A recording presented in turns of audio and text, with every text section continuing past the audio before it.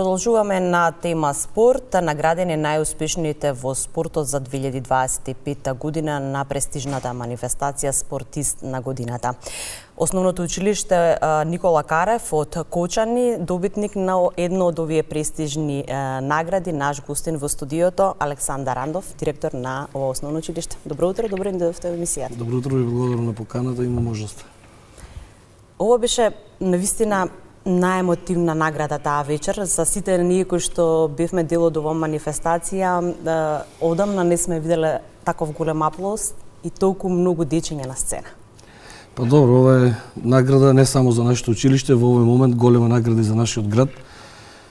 По страшната трагедија која што се случи во Кочани, каде што изгубивме цела генерација на наши сограѓани, млади животи кои што згасна, еве генерација која што преку спортот ја враќа надежта полека во Кочани. И оваа награда не само за основното училиште, мислам дека добре дојде и за сите граѓани и беше еден момент каде што емоциите превладуваа на тој настан и при подигањето на награда тој аплауз траеше и беше добар. Кочани секогаш расадник за млади таленти, спортисти, посебно во областа на спортот. Се уште ли ја има таа енергија и љубов кон спортот? Се уште ли се гај? Да, во Кочани постојат многу спортски клубови, спортски издруженија, добитници се на многу престижни награди, поготово во младите категории. Проблемот е кога веќе доаѓаат во сениорски, на сениорски надпреварувања. Одамна го имаме епитетот, нели, како спортски град, бевме познати по борењето, фудбалот, кошарката, бевме на врвот некогаш на тие спортови, но полека но сигурно се враќа спортот во Кочани, а поготово ме радува и масовноста преку училишниот спорт, односно преку Федерацијата за училишен спорт, каде што сега со новото раководство и претседателката Елена Мицкоска, заедно со Григор секретарот, сме во одлични комуникации односи, а нормално и Министерството за спорт е од огромна помош и затоа полека но сигурно се враќа полека инфраструктурата, па потоа и масовноста. Верувам дека целта и на менторите, и на наставниците, и на родителите е иста, да има врвни таленти во Кочани. Па така е. Знаете како се почува од училиште. Ние имаме чест и привилегија да работиме во училиште, да бидеме педагози на тие млади таленти, спортисти. Ги препознаваме од најмали години.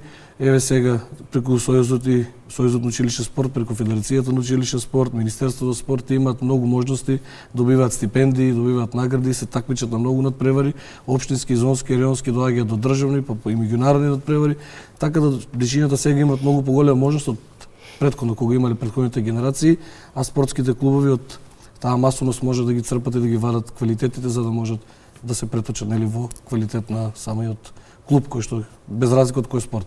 Задоволни ли сте од условите во вашето училиште кои им ги нуди на учениците нормално за да се развие таа желба и мотив повеќе за спорт? Ние имаме училишна спортска сала голема, значи пред 10 години изградена. Сега добивме спортски терен фудбалски со вешка трава од Министерството за спорт, веќе поставен. Имаме два мини терени, едниот е за фудбал, другиот е за баскет. Имаме терен за одбојка, зборам и одбојка на плажа со песок. Имаме и внатре во самото училиште, како една мала фитнес сала е таа, така да имаме услови каде што можеме да рекреираат децата, да спортуваат, односно да го спознаваат спортот, а таму да издигуваат како врвни спортисти. Успешни во футсалот и тоа да го споменеме? Да. Успешни сме во футсалот, поготово девојчињата веќе во континуитет. Лани и оваа година земаа прво место на државно ниво и во голем и во мал фудбал. Пред некои 6-7 години ги водевме нашите машки ученици, тие зема трето место на државен надпревар, така да нашето училиште има континуитет во спортот. Вие сте селектор на женската репрезентација во фудбал, да го споменеме и тој дел од вашата работа. Што е за вас поголем предизвик?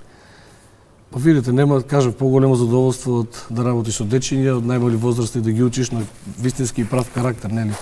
На она што значи вредност во животот, но задоволството е уште поголемо кога ги браните боите на вашата држава, кога сте селектор на една репрезентација.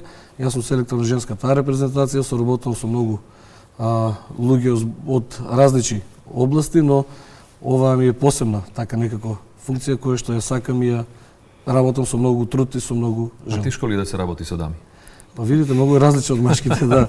Со оглед на тоа дека е машки спорт. Машкиот фудбал, да, се поголем замав зема женскиот фудбал, многу средства FIFA и UEFA веќе одвојуваат за женскиот фудбал, Нашата федерација го препознава тоа, поготово сегашниот председател господинот Масар Омерагич, кој што ни дава безусловна подршка и ни ги дава сите услови за да можеме да постигнеме врвни резултати. Има разбирање за тоа дека сме спорт во подем, така да ги имаме сите услови, се надам дека за многу брзо од сега ќе радуваме со многу позитивни резултати.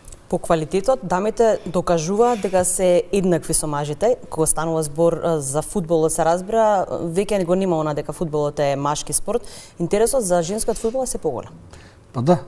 Интересот е се поголем. Фудбалска федерација на Македонија има веќе склучен договор со Федерацијата на училишен спорт за развој на фудбалот, нели, во самите училишта, имаат подршка учениците таму. Има исто така проект за да и девојките играат фудбал преку ФИФА и УЕФА програмата, така да се работи многу на масовноста на женскиот фудбал. Еве сегашниот шампион ЖФК Љуботин ја мина дури првата фаза од квалификациите за Лига шампиони, влезе во втората фаза, елитна фаза.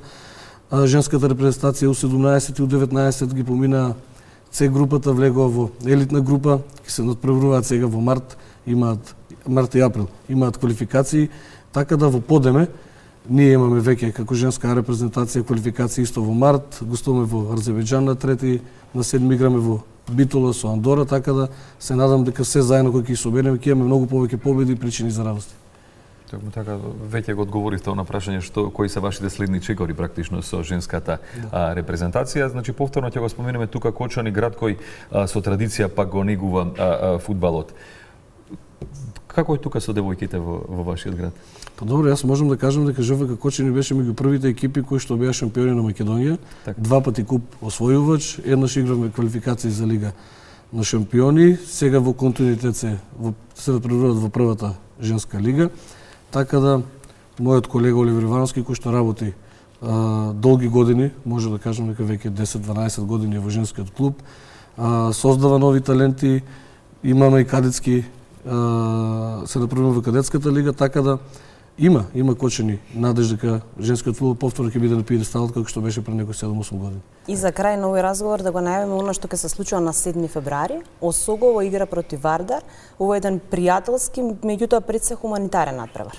Па да, пред некое време токму ЖФК Кочани направи меѓу себе надпревар во училишната сала Кочанските ангели 16-3, тоа е нашата училишна сала во основното училиште Никола Карев, каде што картите, односно влезниците беа дадени токму на семејствата за помош во одбележувањето, односно во градењето на спомен одбележито, кое што пред неколку дена Советот на општина Кочани го изгласа и ќе биде во централното градско подрачје на градот. И сега дојде идеја и ГФК Согово заедно со Вардар, нели со нашиот шампион, да направат еден пријателски надпревар, токму каде што исто така влезниците ќе бидат донирани на овие на семејствата за можноста да се помогне во изградбата на тоа спомено одбележие на хуман надпревар, хуман гест, и се надам дека стадионот ќе биде полн како некогаш и најавата како што и сега двете трибини дека бидат полни, ќе уживаат пред се во добар фудбал, а со самото тоа целиот град ќе може да донира за ово спомено одбележие. Да, се разбира, спортот секогаш обединува. Ви благодариме многу затоа што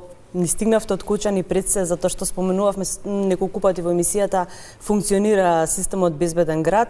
Ви благодариме што ни ја донесовте оваа награда која што ја добивте и ви посакаме во иднина уште повеќе награди и се разбира да ве посетиме во Кочани. Јас ви благодарам на можноста, на поканата да бидам дел од вашата утринска емисија. На крај само да ги поздравам сите колеги од Основното општо училиште Никола Карев. Овие награди се во чест на нив, благодарност за сите, бидејќи сите имаат допринесено. И да заокружиме само ако може уште 10 секунди.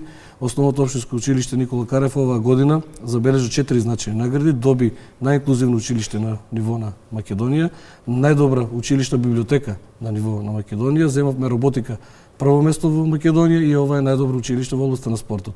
4 награди за една успешна година за благодарение на сите колеги. Причина плюс повторно да ни додете гости. Благодариме што Благодарам, господин Убав крај на овој разговор. Честитки од нас.